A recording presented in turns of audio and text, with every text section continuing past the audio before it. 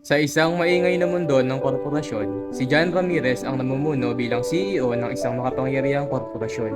Walang hanggan ang kanyang ambisyon habang hinahanap niya ang pagpapanatili ng kontrol at kapangyarihan anuman ang maging kabayaran.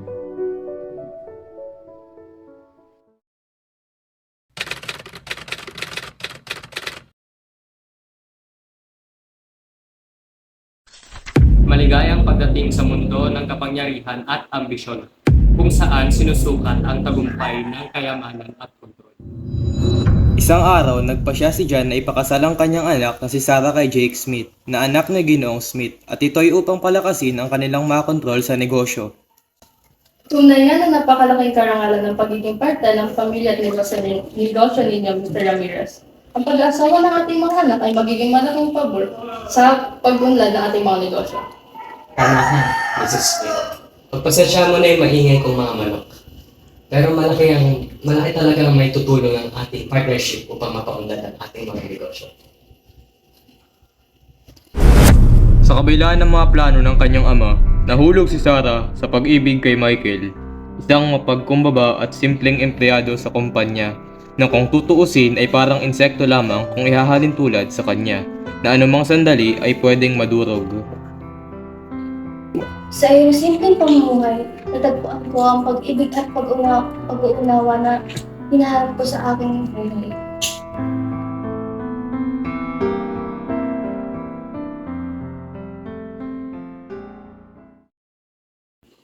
Naharap ni Sarah ang kanyang ama dahil tumatanggi siya na sumunod sa ipinilit nito na mungkahing ipapakasal kay Gabriel Smith. Ipinapahayag niya ang kanyang pag-ibig kay Michael. Ano ba to? Sarah naman! Hindi mo to pwedeng gawin. Ang ikabubuti ng kumpanya ang nakasalalay dito. Ikabubuti ng kumpanya? Paano ang ikabubuti ko? Hindi ako magsasakripisyo para lamang sa iyong ambisyon, Ama. Hindi mo to pwedeng gawin sa akin.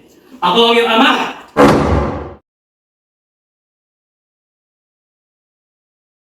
Magkasama tayo sa pagharap sa anumang hamon sa buhay na may pag-ibig bilang ating gabay. Sa huli, nagwagi ang pag-ibig. Natutunan at napagtanto ni John na ang tunay na kapangyarihan ay nagmumula sa pag-ibig at pag-unawa, hindi sa kontrol at karahasan. Napagtatanto ko na ngayon na ang pag-ibig ang pinakamakapangyarihang puwersa sa buong mundo. Ito'y mas makapangyarihan pa sa kung anumang yaman. At hindi pala talaga ito mabibili o maipipilit ng kung sino man.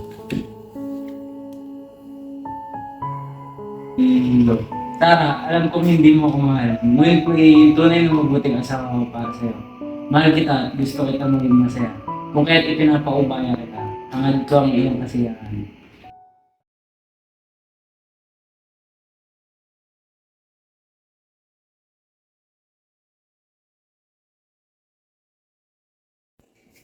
Anak, Sarah, patawarin mo ako sa aking naging mga aksyon kanina. Patawad dahil masyado ako naging gahaman at nakalimutan ko ang aking mga tungkulin sa iyo bilang ama. Hindi ko na po batid iyon, Ama. Patawarin niyo rin po ako sa pagbibitaw sa inyo ng masamang tingin. Pero ito lamang po ang aking masasabi. Ang pag-ibig at dignidad ng tao ay hindi kailanman matutubasan ng kahit na anong presyo. Salamat sa iyo, anak. Alam mo, napagtanto ko na ikaw talaga ang aking tunay na kayamanan. Sa huli, sa kabila ng mga pagsubok at hamon, natagpuan ng bawat isa ang kani-kanilang kaligayahan. Ang pag-ibig ay nagwagi laban sa lahat. Nagturo sa atin na sa bandang huli, ang pagmamahal ang pinakamahalagang bagay sa buhay. At sa kwentong ito ng pag-ibig laban sa ambisyon, natatagpuan natin ang tunay na diwa ng pagiging tao.